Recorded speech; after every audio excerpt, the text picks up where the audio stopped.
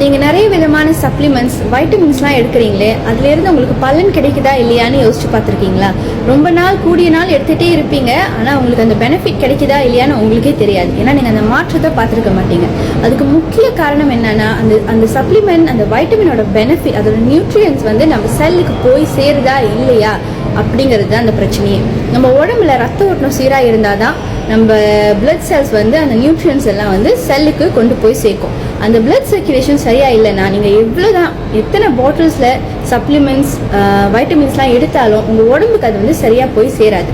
அதுக்கு என்ன செய்யணும்னா, ரத்த ஓட்டத்தை சீர்படுத்தணும்.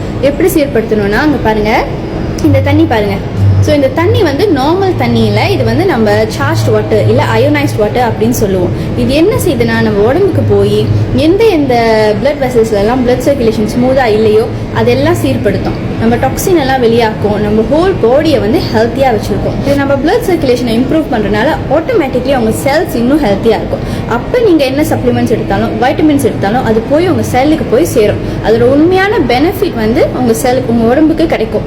ஸோ இந்த பாட்டில்ஸ் வந்து எவ்வளோனா, ஒரு பாட்டில் 2 வெள்ளி தான். நீங்கள் ஹண்ட்ரட்ஸ் தௌசண்ட்ஸுக்கு சப்ளிமெண்ட்ஸ் வைட்டமின்ஸ் எடுக்கிறீங்கன்னா இன்னும் வேலை செய்யலை. ஏன் தெரிலனா, பிகாஸ் அது உங்கள் உடம்புக்கு போய் சேரலை.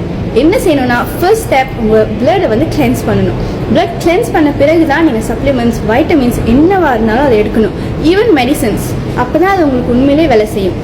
இந்த கீழே எல்லோ பேக்கில் வந்துட்டு உங்களுக்கு 20 ரிங்கெட்டுக்கு 10 பாட்டில்ஸ் கிடைக்கும். 1 மந்த்துக்கு உங்களுக்கு 30 பாட்டில்ஸ் தேவைப்படும். குவான்டிட்டி 3 சூஸ் பண்ணி வாங்கிக்கோங்க.